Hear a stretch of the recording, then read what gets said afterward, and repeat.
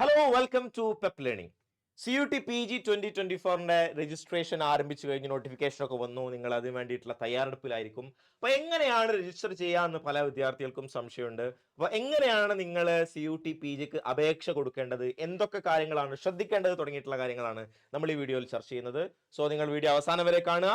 നിങ്ങളുടെ അഭിപ്രായങ്ങൾ, നിങ്ങളുടെ നിർദ്ദേശങ്ങൾ, നിങ്ങളുടെ സംശയങ്ങളൊക്കെ നിങ്ങൾക്ക് കമന്റ് ബോക്സിൽ രേഖപ്പെടുത്തുകയും ചെയ്യാവുന്നതാണ്. സോ നമുക്ക് വീഡിയോയിലേക്ക് കടക്കാം. ആദ്യം നിങ്ങൾ ചെയ്യേണ്ടത് pgcut.samarth.ac എന്നുള്ള വെബ്സൈറ്റിലേക്ക് പോകുക എന്നുള്ളതാണ്. അപ്പോൾ ഈ വെബ്സൈറ്റിലാണ് നിങ്ങൾക്ക് CUT PGയുമായി ബന്ധപ്പെട്ടുള്ള എല്ലാവിധ ഇൻഫർമേഷനും കാണാം. നിങ്ങൾ ഇതിന്റെ CUT PGയുടെ പോർട്ടലാണ്. നിങ്ങൾക്ക് യൂണിവേഴ്സിറ്റിയിൽ അഡ്മിഷൻ കിട്ടുന്നത് വരെ, അതായത് ഈ പറയുന്ന പോർട്ടൽ നിങ്ങൾ കൃത്യമായിട്ട് ഫോളോ ചെയ്യണം എന്നുള്ളത് പ്രത്യേകം ശ്രദ്ധിക്കുകയാണ്. അപ്പോൾ ഫസ്റ്റ് നിങ്ങൾ ചെയ്യേണ്ടത് എന്താണെന്ന് വെച്ച് കഴിഞ്ഞാൽ രജിസ്റ്റർ എന്നുള്ളൊരു സൈൻ നിങ്ങൾക്ക് റൈറ്റ് കോർണറിൽ കാണാം. ഈ ടോപ്പ് കോർണറിൽ അവിടെ ക്ലിക്ക് ചെയ്യുക. അപ്പോൾ രജിസ്റ്റർ ചെയ്യുന്ന സമയത്ത് നിങ്ങൾക്ക് ഇങ്ങനെ ഒരു സംഗതി വരും, ഡീറ്റെയിൽ ആയിട്ടുള്ള സംഗതി വരും. ഫസ്റ്റ് നിങ്ങൾ ചെയ്യേണ്ടത് എന്ത് സംഭവിച്ചാലും ഇൻഫർമേഷൻ ബുള്ളറ്റിൻ ഡൗൺലോഡ് ചെയ്യുക എന്നുള്ളതാണ്. ഇൻഫർമേഷൻ ബുള്ളറ്റിൻ ഇവിടെ കിട്ടുന്നില്ലെങ്കിൽ നിങ്ങൾക്ക് എന്ത് ചെയ്യാൻ പറ്റും? നിങ്ങൾക്ക് ഇവിടെ തന്നെ എടുക്കാം. ഇൻഫർമേഷൻ ബുള്ളറ്റിൻ നിങ്ങൾക്ക് കാണാം. ഇൻഫർമേഷൻ ബുള്ളറ്റിൻ വായിച്ചു നോക്കാതെ ഒരാളും എന്ത് ചെയ്യാൻ പാടില്ല? അപ്ലിക്കേഷൻ ഫോം ഫില്ല് ചെയ്യാൻ പാടില്ല. ഇൻഫർമേഷൻ ബുള്ളറ്റിനിലാണ് പ്രധാനപ്പെട്ട ഇൻഫർമേഷൻസ് ഒക്കെ ഉള്ളത്. അപ്പോൾ എന്താണ് സംഭവം എന്നുള്ളത് നമ്മൾ അറിയണം. കേവലം നമ്മൾ ഒരാൾക്ക് ഒരു സിസ്റ്റവും കമ്പ്യൂട്ടറും ഇന്റർനെറ്റ് ഫെസിലിറ്റി ഉണ്ടെങ്കിൽ ആർക്കും ചെയ്യാവുന്ന പ്രോസസ്സാണ് ഈ പറയുന്ന പോലെ അപ്ലിക്കേഷൻ കൊടുക്കുക എന്നുള്ളത്. അത് നിങ്ങൾ അക്ഷയ സെന്ററിൽ നിന്നും പോകണമെന്ന് യാതൊരു നിർബന്ധമില്ല. നിങ്ങൾക്ക് എന്ത് ചെയ്യാൻ പറ്റും? സ്വന്തമായിട്ടൊരു കമ്പ്യൂട്ടറും അതുപോലെ തന്നെ ഇന്റർനെറ്റ് ഫെസിലിറ്റിയും ഒരു ATM കാർഡോ അല്ലെങ്കിൽ UPI ഗൂഗിൾ പേ ഒക്കെ ഉണ്ടെങ്കിൽ നിങ്ങൾക്ക് എന്ത് ചെയ്യാൻ പറ്റും? ഫീസ് അടക്കമൊക്കെ ചെയ്യാവുന്ന ഒരു വളരെ സിമ്പിൾ പ്രോസസ്സാണ് ഇതിൽ വരുന്നത് എന്നുള്ളതാണ്. ഇൻഫർമേഷൻ ബുള്ളറ്റിൽ കൃത്യമായിട്ടുള്ള ഇൻഫർമേഷൻസ് ഡീറ്റെയിൽസ് ഒക്കെ കൊടുത്തിട്ടുണ്ടാവും. അതിലെന്തൊക്കെയാണ് ഫീസ് സ്ട്രക്ചർ, എങ്ങനെയാണ് വരുന്നത്, ഏതൊക്കെ കോഴ്സാണുള്ളത്, സംഗതികളൊക്കെ കൊടുത്തിട്ടുണ്ടാവും. നമ്മൾ അതിൻ്റെ ഡെമോൺസ്ട്രേഷൻ എന്നുള്ള നിലക്ക് ഈ സംഗതി ഇവിടെ കാണിക്കുകയാണ്. അപ്ലിക്കേഷൻ ഗൈഡിൽ ഇങ്ങനെ ആയിരിക്കും ഉണ്ടാവാം. അപ്പൊ ഇത് ഫസ്റ്റ് സ്റ്റെപ്പ് കഴിഞ്ഞാൽ നിങ്ങൾ അടുത്ത് ചെയ്യേണ്ടി വരില്ല എന്താണെന്ന് വെച്ച് കഴിഞ്ഞാൽ നിങ്ങൾക്ക് ഇങ്ങനെ ഒരു ഇതാണ് കാണാം, ഡൗൺലോഡ് ഇൻഫർമേഷൻ ബുള്ളറ്റിൻ. അതിൽ ഇതുമായി ബന്ധപ്പെട്ട എല്ലാവിധ ഡീറ്റെയിൽസ്, ഇൻസ്ട്രക്ഷൻസും കാര്യങ്ങളൊക്കെ കൊടുത്തിട്ടുണ്ടാവും. ഇൻസ്ട്രക്ഷൻസ് വായിച്ചു നോക്കുക. ഇൻസ്ട്രക്ഷൻസ് വായിച്ചു നോക്കിയതിന് ശേഷം നിങ്ങൾക്ക് ആവശ്യമായിട്ടുള്ള ഫീസ് സ്ട്രക്ചർ എങ്ങനെയാണെന്നുള്ളത് കൊടുത്തിട്ടുണ്ടാവും. ഫീസ് സ്ട്രക്ചർ നിങ്ങൾ നോക്കുക. ഫീസ് സ്ട്രക്ചർ എങ്ങനെയാണ് വരുന്നത്? ഫീസ് സ്ട്രക്ചർ വരുന്നത് ജനറൽ കാറ്റഗറി ആണെങ്കിൽ 1200 രൂപയാണ് ഫീസ് സ്ട്രക്ചർ വരുന്നത്. ജനറൽ കാറ്റഗറി ആണെങ്കിൽ 1200 രൂപയാണ് ഫീസ് സ്ട്രക്ചർ വരുന്നത്. ജനറൽ ആണ്. അതുപോലെ തന്നെ OBC NCL ആണെങ്കിൽ 1000 രൂപയാണ് ഫീസ് സ്ട്രക്ചർ വരുന്നത്. എത്ര കോഴ്സിന്? 2 പേപ്പേഴ്സ്. ഞാൻ ഫോർ എക്സാമ്പിൾ പറയാണ്, നിങ്ങൾ COQP 11ഉം അല്ലെങ്കിൽ LAQP 1ഉം കൊടുക്കുന്ന ഒരാളാണെന്ന് കരുതുക. COQP 11 എന്ന് പറയുന്നത് ജനറൽ പേപ്പറാണ്. LAQP 1 എന്ന് പറയുന്നത് ഇംഗ്ലീഷ് ആണ്. അപ്പൊ ഇങ്ങനെ രണ്ടും പേപ്പർ കൊടുക്കുകയാണെങ്കിൽ നിങ്ങൾ ജനറൽ കാറ്റഗറി ആണെങ്കിൽ 1200 രൂപയെ കൊടുക്കേണ്ടതുള്ളൂ. നിങ്ങൾ OBC ആണെങ്കിൽ 1000 രൂപ മാത്രമേ കൊടുക്കേണ്ടതുള്ളൂ. പക്ഷേ നിങ്ങൾ പ്ലസ് അതിന്റെ കൂടെ നിങ്ങൾ ഒരു പേപ്പർ കൂടെ എഴുതാൻ വിചാരിക്കുകയാണ് HUQP 20 സൈക്കോളജി ആണ്. HUQP 20 കൂടി ചെയ്യുകയാണെങ്കിൽ അഡീഷണലി വരുന്ന ഓരോ കോഴ്സിനും 600 രൂപ ജനറൽ കാറ്റഗറി കൊടുക്കേണ്ടി വരും. അല്ലാതെ കോഴ്സ് OBC ആണെങ്കിൽ 500 വരും. അത് SC ST ആണെങ്കിൽ 900, 500, 800, 500 എന്നുള്ള ഫീസ് സ്ട്രക്ചർ വരുന്നുണ്ട്. ഔട്ട്സൈഡ് ഇന്ത്യക്കാർക്ക് വേറെ തന്നെ ഫീസ് സ്ട്രക്ചറാണ്. അത് വലിയ ഫീസാണ്. 6000 മുതലൊക്കെയുള്ള ഫീസ് തുടങ്ങുന്നതായിട്ട് നമുക്ക് കാണാൻ മതി. ഇങ്ങനെയാണ് ഫീസിന്റെ ഒരു ഘടന എന്ന് പറയുന്നത്. അപ്പൊ ഇത് നമ്മൾ മനസ്സിലാക്കി വെക്കണം. ഫീസ് സ്ട്രക്ചർ എങ്ങനെയാണെന്നുള്ളത് മനസ്സിലാക്കി വെക്കണം. എന്നിട്ട് വേണം, അത് തയ്യാറാക്കി വെച്ചതിന് ശേഷം വേണം ആപ്ലിക്കേഷന്റെ ഓരോ സ്റ്റെപ്പ് നമ്മൾ കിടക്കാം. അപ്പൊ ഫസ്റ്റ് സ്റ്റെപ്പിലേക്ക് കടക്കുകയാണ്. ഫസ്റ്റ് സ്റ്റെപ്പിലേക്ക് കടക്കുന്ന സമയത്ത് നിങ്ങൾ ഉണ്ടാക്കേണ്ട സംഗതി എന്താണെന്ന് വെച്ചാൽ ഫസ്റ്റ് നിങ്ങളോട് പറയാ എന്താണ്? നിങ്ങളോട് രജിസ്ട്രേഷൻ ഫോം ഫില്ല് ചെയ്യാൻ വേണ്ടി പറയും. രജിസ്ട്രേഷൻ ഫോം ഫില്ല് ചെയ്യുന്ന സമയത്ത് നിങ്ങളെ പേര്, fathers name, mother's name, guardian name, date of birth, gender, nationality എന്നിങ്ങനെയുള്ള മൊത്തം സാധനങ്ങൾ ചോദിക്കും. ഇത് ചോദിച്ചു കഴിഞ്ഞതിന് ശേഷം അടുത്ത ഘട്ടത്തിലേക്ക് അടുത്ത ഓപ്ഷൻസ് നിങ്ങളുടെ ഡീറ്റെയിൽസ് ഒക്കെ ചോദിച്ചതിന് ശേഷം നിങ്ങൾ ഏതാണ് കാറ്റഗറി, ജെൻഡർ മെയിൽ ആണോ, നാഷണാലിറ്റി ഏതാണ്, ഐഡന്റിറ്റി ടൈപ്പ് ചോദിക്കും. ഐഡന്റിറ്റി ടൈപ്പിൽ നിങ്ങൾക്ക് പലതും ചോദിക്കും. നിങ്ങളുടെ അടുത്ത് വോട്ടർ ID ചോദിക്കാം, ലൈസൻസ് ചോദിക്കാം, ID ചോദിക്കാം. അപ്പോൾ ആധാറൊക്കെ ആണെങ്കിൽ മറ്റതർ വാലിഡ് ഗവൺമെന്റ് പ്രൂഫ് എന്നുള്ള സ്വഭാവത്തിൽ കൊടുക്കാം. പാസ്പോർട്ട് ഒക്കെ കൊടുക്കാം. വാലിഡ് ആയിട്ടുള്ള IDയുടെ ഐഡന്റിഫിക്കേഷൻ നമ്പർ നിങ്ങൾ നിർബന്ധമായിട്ടും കൊടുക്കേണ്ടതാണ് എന്നുള്ളതാണ്. അപ്പോൾ ഇവിടെ നിങ്ങൾക്ക് എന്ത് ചെയ്യണം? നിങ്ങൾ വാലിഡ് ആയിട്ടുള്ള ഒരു ID ID വാലിഡ് ആയിട്ടുള്ള സംഗതി കൊടുക്കണം. അത് നിങ്ങളുടെ കയ്യിൽ ഉണ്ടാവണം, ഒറിജിനൽ നിങ്ങളുടെ കയ്യിൽ ഉണ്ടാവണം എന്നുള്ള കാര്യം പ്രത്യേകം ശ്രദ്ധിക്കുക. ഇനി മുകളിലോട്ട് പോകുന്ന സമയത്ത് നിങ്ങളുടെ പ്രസന്റ് അഡ്രസ്സ് ചോദിക്കും, house name, sub locality, locality, country, state, district, pincode, email address ഒക്കെ ചോദിക്കും. അതിനുശേഷം നിങ്ങൾ ചെയ്യേണ്ടത് നിങ്ങളുടെ ഇമെയിൽ അഡ്രസ്സ് കൊടുക്കാം. ഇമെയിൽ അഡ്രസ്സ് കൊടുക്കുന്ന സമയത്ത് ശ്രദ്ധിക്കണം, email ID should be valid.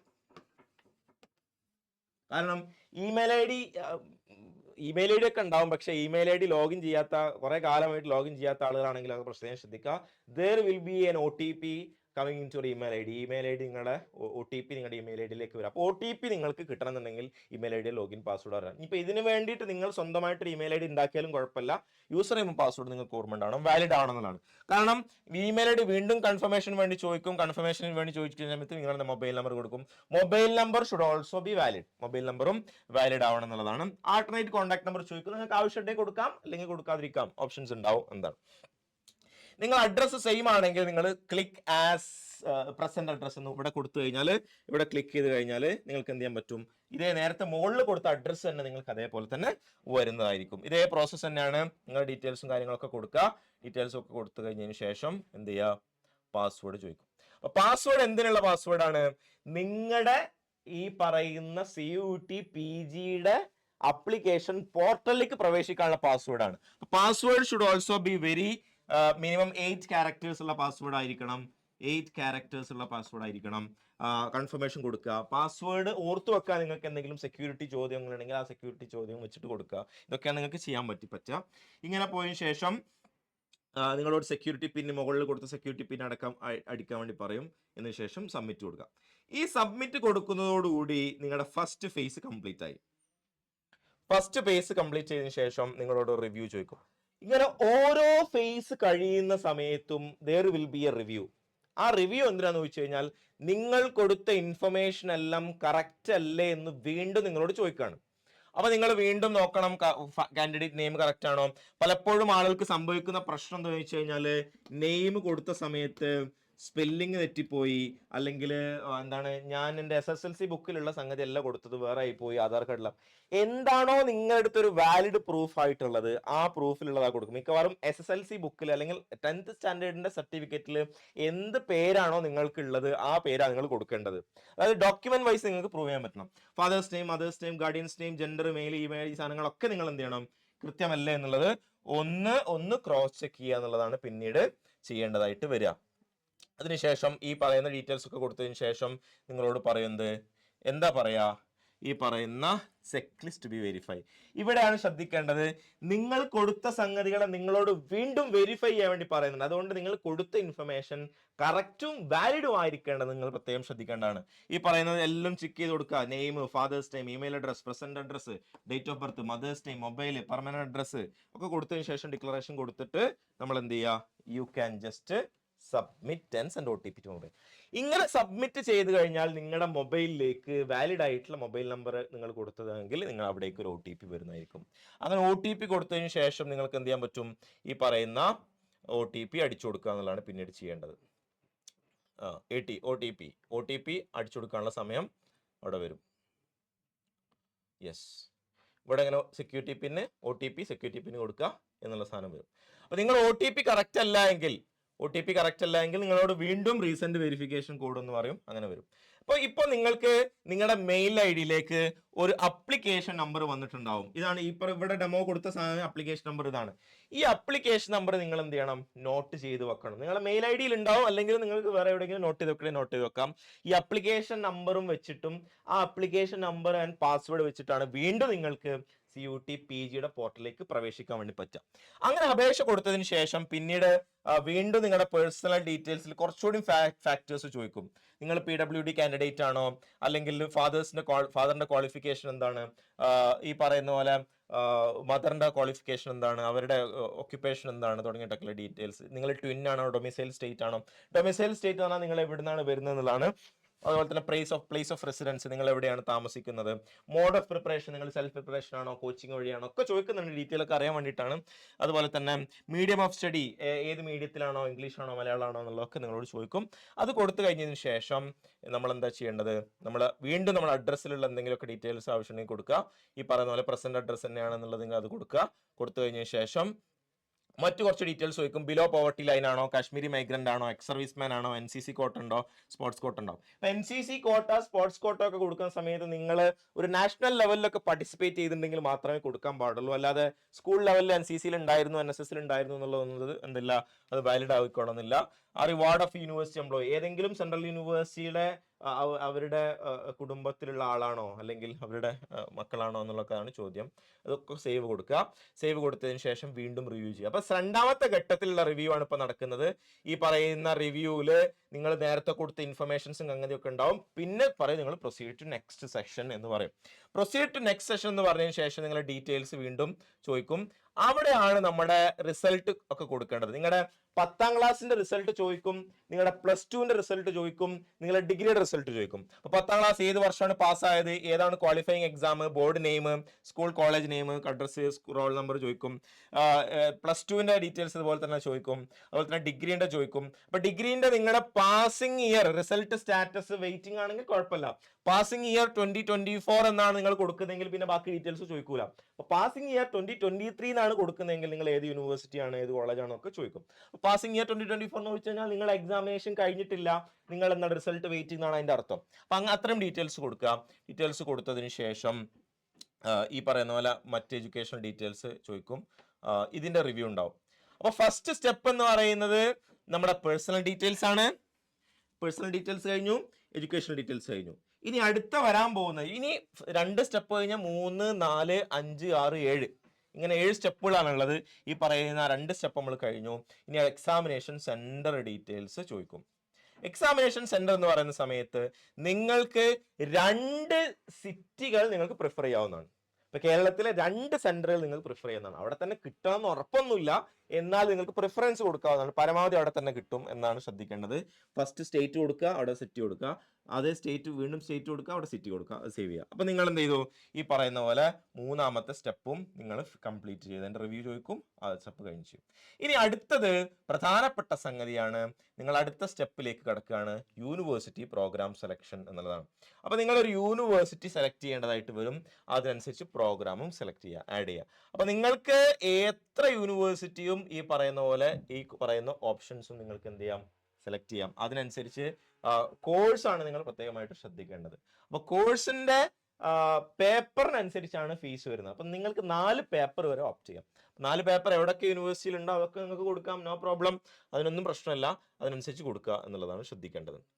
അപ്പം ഇവിടെ ഈ പറയുന്ന പോലെ അമിറ്റി യൂണിവേഴ്സിറ്റിയിലെ ഈ പറയുന്ന 2 കോഴ്സ്, കൊമേഴ്സിനും അതുപോലെ തന്നെ LLM-നും കൊടുത്തു.